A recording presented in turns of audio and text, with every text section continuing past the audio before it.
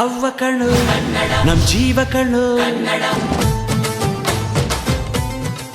Speed news ವಾಹಿನಿಯ ವೀಕ್ಷಕರಿಗೆ big hi.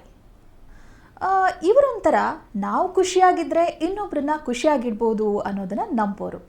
ಇನ್ನು ನಗೋದು ನಗ್ಸೋದು ನಮ್ಮ ವೀಕ್ನೆಸ್ಸು, ಗಾಸಿಪ್ನಿಂದ ಮೇಂಟೈನ್ ಮಾಡ್ತೀವಿ, ಸ್ವಲ್ಪ ಡಿಸ್ಟೆನ್ಸು ಅನ್ನೋ ಇವರು ಕಾಮಿಡಿ ಮೇಲೆ ಕಾಮಿಡಿ ಮಾಡಿ ಸಿಕ್ಕಾಪಟ್ಟೆ ನಗಿಸ್ತಾರೆ, ಕಣ್ಣಲ್ಲೇ ಮಾತಾಡ್ತಾರೆ. ಯಾರು ಅಂತ ಗೊತ್ತಾಗಿರ್ಬೇಕಲ್ಲ, ಇವರು ನಮ್ಮ ಪ್ರೀತಿಯ ನಯನ ಇವತ್ತು ನಮ್ಮ ಸ್ಟುಡಿಯೋದಲ್ಲಿದ್ದಾರೆ. ಬನ್ನಿ ಅವರೊಂದಿಗೆ ಮಾತನಾಡೋಣ.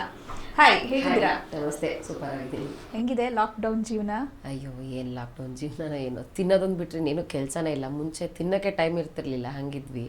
ಈಗ ಒಂಥರ ಏನೋ ಈ ವರ್ಷದ ಕ್ಯಾಲೆಂಡ್ರಲ್ಲಿ ದೊಡ್ಡ ಬಿಗ್ ಹಾಲಿಡೇ ಸಿಕ್ಕಂಗೆ ಆಗ್ಬಿಟ್ಟಿದೆ. ನಿಜವಾಗ್ಲೂ ಎಷ್ಟರ ಮಟ್ಟಿಗೆ ಅಂದರೆ ಒಂದು 10 ವರ್ಷ ನಮಗೆ ರಜೆನೇ ಬೇಡ ಅನ್ನೋಷ್ಟು ಮಟ್ಟಿಗೆ ಆಗೋಗ್ಬಿಟ್ಟಿದೆ ಕೊರೋನಾದಿಂದ. ಸೊ ಒಂಥರ ಖುಷಿ, ಈ ರೀತಿನಲ್ಲಾದ್ರೂ ಫ್ಯಾಮಿಲಿ ಜೊತೆಗೆ ನಾವು ಟೈಮ್ ಸ್ಪೆಂಡ್ ಮಾಡೋಂಗಾಯ್ತಲ್ಲ ಅಂತ. ಕೆಲವ್ರಿಗೆ ಅವರವರ ಕೆಲಸಗಳ ಮಧ್ಯೆ ಟೈಮ್ ಕೊಡೋದಕ್ಕಾಗಿರಲ್ಲ. ಇಂಥ ಲಾಕ್ಡೌನ್ ಟೈಮಲ್ಲೆಲ್ಲ ಏನೇನೋ ವಿಷಯಗಳನ್ನ ಶೇರ್ ಮಾಡಿಕೊಂಡು ಹಂಚ್ಕೊಂಡು, ಸೊ ಇದ್ದ ಕೆಲವು ಮಿಸ್ಅಂಡರ್ಸ್ಟ್ಯಾಂಡಿಂಗ್ಸ್ಗಳನ್ನೆಲ್ಲ ಸರಿ ಮಾಡಿಕೊಂಡು ಹೋಗಿದ್ದಕ್ಕೆ ಕೊರೋನಾಗೆ ಒಂದು ರೀತಿಯಲ್ಲಿ ಥ್ಯಾಂಕ್ಸ್ ಹೇಳಬೇಕು ಅಂತ ಅಲ್ವಾ ಇಷ್ಟಪಡ್ತೀನಿ. ಎಷ್ಟೋ ಜನರ ಅಭಿಪ್ರಾಯ ಕೂಡ ಇದೆ, ಒಂದಷ್ಟು ಸಮಯ ಸಿಕ್ತು ನಮಗೆ ಫ್ಯಾಮಿಲಿ ಜೊತೆ ಕೂತ್ಕೊಂಡು ಮಾತನಾಡೋದಕ್ಕೆ, ಅವ್ರನ್ನ ಅರ್ಥ ಮಾಡ್ಕೊಳ್ಳೋದಕ್ಕೆ ಅಂತ. ಇನ್ನು ಕಲಾವಿದ್ರ ಅಂತ ಅಂದಮೇಲೆ ಪ್ರತಿಯೊಂದು ದಿನವೂ ಅದೊಂದು ತಲೆಯಲ್ಲಿರುತ್ತೆ, ವಾಟ್ ನೆಕ್ಸ್ಟ್, ಏನು ಮಾಡಬೇಕು, ಲಾಕ್ಡೌನ್ ಮುಗಿತಾ ಇದ್ದಾಗೆ ಶೂಟಿಂಗ್ ಶುರುವಾಗುತ್ತೆ, ಏನು ಮಾಡೋಣ ಅನ್ನೋದಿರುತ್ತೆ. ಸೊ ನಿಮ್ಮ ಬಗ್ಗೆ ಕೇಳಬೇಕಂದ್ರೆ ನನಗೆ ಆ ಥರದ ಥಾಟ್ ಏನು ಇರಲಿಲ್ಲ, ಏನು ಲಾಕ್ಡೌನ್ ಆದಮೇಲೆ ಏನು ಮಾಡೋಣ ಅಂತ. ಬಿಕಾಸ್ ಲಾಕ್ಡೌನ್ ಮುಂಚೆನೇ ನಮ್ಮ comedy Kiladi championship season 2 start ಆಗಬೇಕು ಅಂತಿತ್ತು. ಸೊ ನಾವೆಲ್ಲ ಫುಲ್ ದಿಲ್ಖುಷ್ ಆಗಿದ್ವಿ. ಸೀಸನ್ 3 ಮುಗಿದ ಕೂಡಲೇ ಸೀಸನ್ 2 ಶುರು ಆಗ್ತಿದೆ ಚಾಂಪಿಯನ್ಶಿಪ್ ಅಂತ. ಅದಾಗಿದ ತಕ್ಷಣ ಅವರು ಲಾಕ್ಡೌನ್ ಅಂದಾಗ ನಮಗೆಲ್ಲ ಒಂದು ಸ್ವಲ್ಪ ಕಸಿವಿಸಿ ಆಯಿತು, ಮೋಸ್ಟ್ಲಿ ಕ್ಯಾನ್ಸಲ್ ಮಾಡಿಬಿಡ್ತಾರೇನೋ, ಇರಲ್ವೇನೋ ಚಾಂಪಿಯನ್ಶಿಪ್ಪು ಅಂತ. ಬಟ್ ಅದೆಲ್ಲ ಇದಾದ್ಮೇಲೆ ಫುಲ್ ಪ್ರಿಪೇರ್ ಆಗಬೇಕಲ್ಲ ಇನ್ನು ನೆಕ್ಸ್ಟ್ ಶೂಟಿಂಗಿಗೆಲ್ಲ. ಯಾಕೆಂದರೆ ಲಾಕ್ಡೌನಲ್ಲಿ ಚೆನ್ನಾಗಿ ತಿನ್ನು, ಲೇಟಾಗಿ ಎದ್ದೇಳು ಅಂತ ಹಾಗೆ. ಬಟ್ ಲಾಕ್ಡೌನ್ ಎಲ್ಲ ಮುಗಿದ ಮೇಲೆ ದಿನಚರಿಗಳು ನಿಧಾನವಾಗಿ ಆ್ಯಸ್ ಇಟ್ ಈಸ್ ಶುರು ಆಗುತ್ತೆ ಅಂತ ಗೊತ್ತಾದ ಕೂಡಲೇ ಓಕೆ, ಇನ್ಮೇಲೆ ಸ್ವಲ್ಪ ಬೇಗ ಎದ್ದೇಳೋದು ಅಭ್ಯಾಸ ಮಾಡ್ಕೋಬೇಕು. ಒಂದು ವಾರದ ಮುಂಚೆನೇ ನಮ್ಮ ಪ್ರಿಪ್ರೇಷನ್ಸ್ ಹಂಗಿರತ್ತೆ, ಸ್ವಲ್ಪ ಬೇಗ ಎದ್ದೇಳೋಕೆ ಶುರು, ಈಗಿಂದನೇ ಬೇಗ ಎದ್ದೇಳೋಕೆ ಶುರು ಮಾಡಿದ್ರೆ ಸೊ ಶುರು ಆಗೋಷ್ಟೊತ್ತಿಗೆ ನಾರ್ಮಲ್ ಆಗುತ್ತೆ, ಅಡ್ಜಸ್ಟ್ ಆಗ್ಬಿಡ್ತೀವಿ ಅಂತ. ಅದರ್ವೈಸ್ ಅಯ್ಯೋ ಇವತ್ತಿಂದ ರಿಹರ್ಸಲ್ಲ, ನಿದ್ದೆ ಬರೋ ಮಾಡೋಕ್ಕಾಗಲಿಲ್ಲ ಅನ್ನೋ ಥರದೊಂದು ಥಾಟ್ ಇರುತ್ತೆ. ಸೊ ಹಾಗಾಗಿ ನಾನು ಹಂಗೆ ಪ್ರಿಪೇರ್ ಆದೆ. ಒಂದು ವಾರದ ಮುಂಚೆನೇ ಸ್ವಲ್ಪ ಬೇಗ ಎದ್ದೇಳಬೇಕು, ಬೇಗ ಬ್ರೇಕ್ಫಾಸ್ಟ್ ಎಲ್ಲ ಮಾಡ್ಕೊಂಡು ಹೋಗಬೇಕು. ಅಲ್ಲೂ ಹೋದ್ಮೇಲೆ ಸ್ವಲ್ಪ ವರ್ಕೌಟು ವಾಮಪ್ ಎಲ್ಲ ಆ ಥರದ್ದೆಲ್ಲ ಮಾಡಿಸ್ತಿರ್ತಾರೆ, ಅದಕ್ಕೆಲ್ಲ ಸ್ವಲ್ಪ ಸ್ಟಡಿಯಾಗಿರಬೇಕು ಅಂತ. ತಿಂದು ದಪ್ಪ ಆಗ್ಬಿಟ್ಟಿದೆ ನಾನು ಲಾಕ್ಡೌನ್ ಟೈಮಲ್ಲಿ. ಇನ್ನೇನು ಕೆಲಸ, ಬರೀ ತಿನ್ನೋದು, ಪಾತ್ರೆ ಸಾಮಾನು ತೊಳೆಯೋದು, ಬಿಟ್ಟರೆ ಮಲಗೋದು, ಇಷ್ಟೇ ಕೆಲಸ, ಇನ್ನೇನೂ ಇರಲಿಲ್ಲ ಲಾಕ್ಡೌನ್. ಹೊರಗಡೆ ಅಂತೂ ಅಸಾಧ್ಯ ಅದು ಹೋಗೋದಕ್ಕೆ, ಪೊಲೀಸವ್ರ ಕೈಲೆಲ್ಲ ಸುಮ್ಮನೆ ಯಾಕೆ ಮಸಾಜ್ ಮಾಡಿಸ್ಕೊಡೋದು ಅಂತ ಮನೇಲೇ ಆರಾಮಾಗಿದ್ವಿ ನಾವು. ಸೊ ನಮ್ಮ ಪ್ರಿಪ್ರೇಷನ್ಸ್ ಹಿಂಗಿತ್ತು. ಇವಾಗ ಸಹ ಕಲಾವಿದರ ಜೊತೆ ಅವರ ಒಂದು ಅಭಿಪ್ರಾಯನ ನಾವು ಕೇಳಿದಾಗ, ಅವರು ಸೆಟ್ನಲ್ಲೂ ಸುಮ್ಮನಿರಲ್ಲ, ಆಫ್ ಸ್ಕ್ರೀನ್ ಸಿಕ್ಕಾಪಟ್ಟೆ ಮಾತಾಡ್ತಿರ್ತಾರೆ, ಗಮ್ಮತ್ ಮಾಡ್ತಾ ಇರ್ತಾರೆ, ಕಾಮಿಡಿ ಮಾಡ್ತಾ ಇರ್ತಾರೆ ಅಂತ. ಯಾರಿಂದ ಬಂದಿರ್ಬೋದು ಅಂತ ನಿಮ್ಗೆ ಗೊತ್ತಿರುತ್ತೆ, ಏನು ಹೇಳ್ತೀರಾ ಅದ್ರ ಬಗ್ಗೆ? ನನ್ನ ಬಗ್ಗೆ ಹೀಗೆಲ್ಲ ಅಪಪ್ರಚಾರ ಮಾಡಿದ್ದಾರೆ, ತುಂಬ ಬೇಜಾರಾಗುತ್ತೆ. ನಾನು ಹಂಗೆಲ್ಲ ಆಫ್ ಸೆಟಲ್ಲೆಲ್ಲ ತುಂಬ ಮಾತಾಡೋಕ್ಕೆ ಹೋಗಲ್ಲ. ತುಂಬ ಮಾತಾಡೋಕ್ಕೆ ಹೋಗಲ್ಲ ಅಂದರೆ ಹಂಗಂತ ಸಿಕ್ಕಾಪಟ್ಟೆ ಸೈಲೆಂಟು ಅಲ್ಲ, ಮಾತಾಡ್ತೀನಿ ನಿಜ. ಬಟ್ ಶೋ ಅಲ್ಲೆಲ್ಲ ಮಾತಾಡೋ ಅಷ್ಟೆಲ್ಲ ಅಷ್ಟು ಜೋರಾಗಿ ಘನಘೋರವಾಗೆಲ್ಲ ಕಿರ್ಚಲ್ಲ ನಾನು. ಸೊ ಇರತ್ತೆ, ಅಂದರೆ ನಮ್ಗೊಂದು ಬಾಂಡಿಂಗ್ ಇರತ್ತಲ್ಲ, ಫ್ರೆಂಡ್ಸು ನಾವೇ ಇದ್ದಾಗ ಖುಷಿ, ಬೇಜಾರಾಗಲ್ಲ ಅವ್ರ ಜೊತೆಗೆ. ಹೌದು, ಮತ್ತು ನಮ್ಗೆ ಹೆಂಗೆ ಅಂತಂದರೆ ಎಷ್ಟೋ ಶತಮಾನಗಳ ನಂತರ ಭೇಟಿ ಆಗ್ತಿದ್ದೀವೇನೋ ಅನ್ನೋ ಥರ ಫೀಲು ನಮಗೆ ಚಾಂಪಿಯನ್ಶಿಪ್ಪಿಗೆ ಬಂದಮೇಲೆ.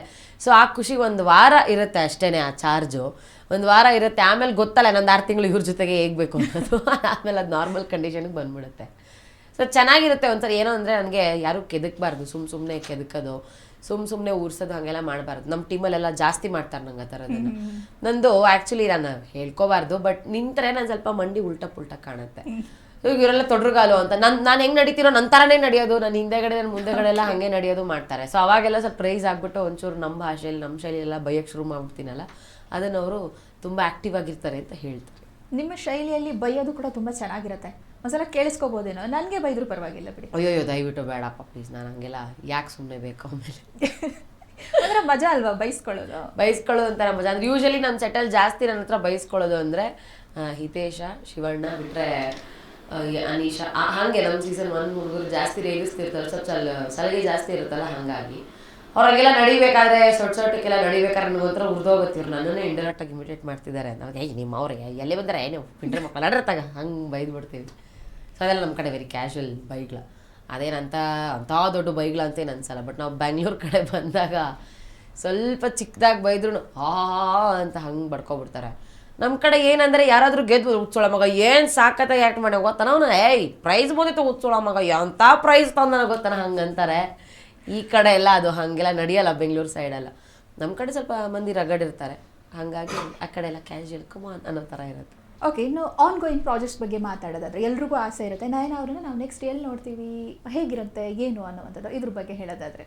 ಅದೇ ಸುಮಾರು ಕಡೆ ಈಗ ನಯನ ಅವ್ರನ್ನ ಮಾರ್ಕೆಟಲ್ಲಿ ನೋಡಿರ್ತಾರೆ, ತರಕಾರಿ ತರಕ್ಕೆ ಹೋದಾಗ ನೋಡಿರ್ತಾರೆ, ಹೂವು ಆ ಥರ ತರಕ್ಕೆ ನೋಡಿರ್ತಾರೆ, ಶಾಪಿಂಗಲ್ಲಿ ನೋಡಿರ್ತಾರೆ. ಫಾರ್ ಅ ಚೇಂಜ್ ಈ ಸತಿ ನಾನು ಒಂದು ಸ್ವಲ್ಪ ಡಿಫ್ರೆಂಟಾಗಿ ಇರಲಿ ಅಂತ, ಬಿಕಾಸ್ ಸೋ ಫಾರ್ ಒಂದು 4 ವರ್ಷದಿಂದ ಕಾಮಿಡಿ ಪಾತ್ರಗಳನ್ನೇ ಮಾಡ್ಕೊಳ್ತಾ ಬಂದೆ, ಸಿನಿಮಾದಲ್ಲಾಗಿರ್ಬೋದು ಅಥವಾ ನಮ್ಮ ಕಾಮಿಡಿ ಕಿಲಾಡಿ ಸೆಟ್ಟಲ್ಲಿ ಆಗಿರ್ಬೋದು. ಸೊ ನಾನು ಅಂದ್ಕೊಂಡೆ ಒಂದು ಚೇಂಜ್ ಯಾಕೆ ತೊಗೋಬಾರ್ದು, ಒಂದು ಚಾನ್ಸ್ ಯಾಕೆ ತೊಗೋಬಾರ್ದು ಅಂತ ಅಂದ್ಬಿಟ್ಟು ಈಗ ನೆಕ್ಸ್ಟ್ ನಾವು ಒಂದು ಸ್ವಲ್ಪ ನೆಗೆಟಿವ್ ಶೇಡಲ್ಲಿ ಕಾಣಿಸ್ಕೊಳ್ಳುವಂತಹ ಪಾತ್ರಕ್ಕೆ ಕೈ ಹಾಕಿದ್ದೀವಿ. ಸೊ ನೋಡೋಣ. ನಂಗೇನು ಅಂತಂದರೆ ಜನ ಎಷ್ಟೆಷ್ಟು ಹೆಚ್ಚೆಚ್ಚು ಶಾಪ ಹಾಕ್ತಾರಲ್ಲ, ಅಯ್ಯೋ ಅಯ್ಯೋ ಮನೆ ಹಾಳಿ ಅಂತ, ಹಂಗೆ ಹಾಕಿದಷ್ಟು ನಮ್ಮ ಪಾತ್ರನ ಅವ್ರು ತೊಗೊಂಡಿದ್ದಾರೆ ಅಂತ, ಓಕೆ ನಾವು ಅವ್ರಿಗೇನೋ ಅವರ ಎಕ್ಸ್ಪೆಕ್ಟೇಷನ್ಸ್ಗಳನ್ನ ಮೀರಿ ಆ್ಯಕ್ಟ್ ಮಾಡ್ತಿದ್ದೀವಿ ಅಂತ ಆ ಒಂದು ಆಸೆ ಇದೆ.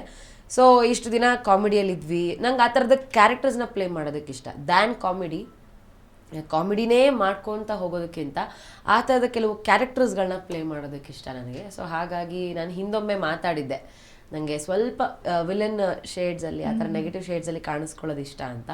ಸೊ ಹಾಗಾಗೇ ಆ ಥರದೊಂದು ಪಾತ್ರ ಸಿಕ್ಕಿದೆ. ಸೊ ಲೈಕ್ ವೆರಿ ಸೂನ್ ನಾನೊಂದು ನೆಗೆಟಿವ್ ಶೇಡಲ್ಲಿ ಕಾಣಿಸ್ಕೊಳ್ಳೋದಕ್ಕೆ ತಯಾರಿಗಳನ್ನ ನಡೆಸ್ತಾ ಇದ್ದೀನಿ. ತುಂಬ ಎಕ್ಸೈಟೆಡ್ ಆಗಿದೆ ಆ್ಯಕ್ಚುಲಿ. ನಯನ ಅವ್ರನ್ನ ನಾವು ನೆಗೆಟಿವ್ ಶೇಡಲ್ಲಿ ನೋಡ್ತಾ ಇದ್ದೀವಿ ಅಂತ. ನೆಗೆಟಿವ್ ಶೇಡಲ್ಲಿ ಹೆಚ್ಚು ಕಣ್ಗಳೇ ಮಾತಾಡುತ್ತಲ್ವಾ? ಹೌದು, ಆ್ಯಕ್ಚುಲಿ ನಿಮ್ಮ ಹೆಸರಿಗೆ ತುಂಬ ಸೂಟ್ ಆಗುತ್ತೆ. ಇವಾಗ ನೀವು ನಮ್ಮ ಕ್ಯಾಮ್ರಾಮ್ಯಾನ್ಗೆ ಏನೋ ಒಂದು ಹೇಳಬೇಕು, ಕಣ್ಣಲ್ಲಿ ಮಾತಾಡಬಾರ್ದು. ನಿಂತ್ಕೊಳ್ಳಿ. ಏನಂತ ನೋಡೋಕೆ ಸ್ಮಾರ್ಟ್ ಆಗಿದ್ದಾರೆ, ಏನಾದರೂ ಹೇಳಿ. ಓಕೆ,